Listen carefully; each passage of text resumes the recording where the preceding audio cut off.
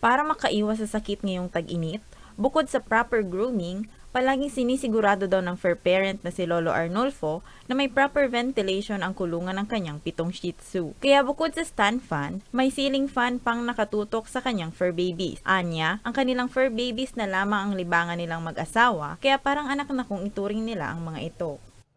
Pero may kusindang pinapaliguan, tapos ang vaccination nila dapat perming okay. Then, hindi naman pwedeng araw-araw paligo sila. Pag sa tanghali, pag sobrang init, hinihilamusan ko sila ng basahan na may tubig.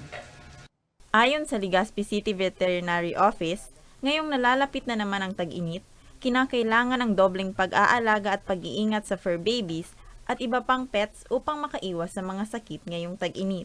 Ilan sa mga pwedeng dumapong sakit sa mga aso't pusa at iba pang pets ay ang heat stroke at dehydration. Upang maiwasan ang mga sakit na ito, huwag munang ilabas ang mga alagang hayop mula alas 10 ng umaga hanggang alas 3 ng hapon, kung saan ay itatala ang pinakamainit na temperatura. Lagi rin painumin ng tubig ang mga alaga upang manatili ang mga itong hydrated.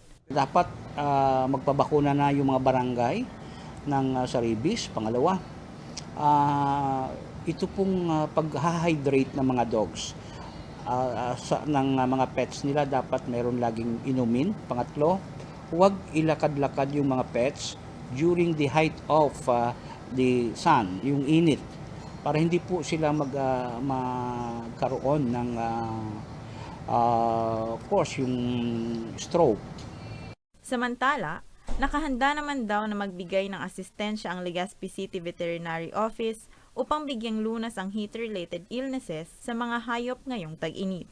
Para sa mga balitang tatak Bicol, Rose Bilista.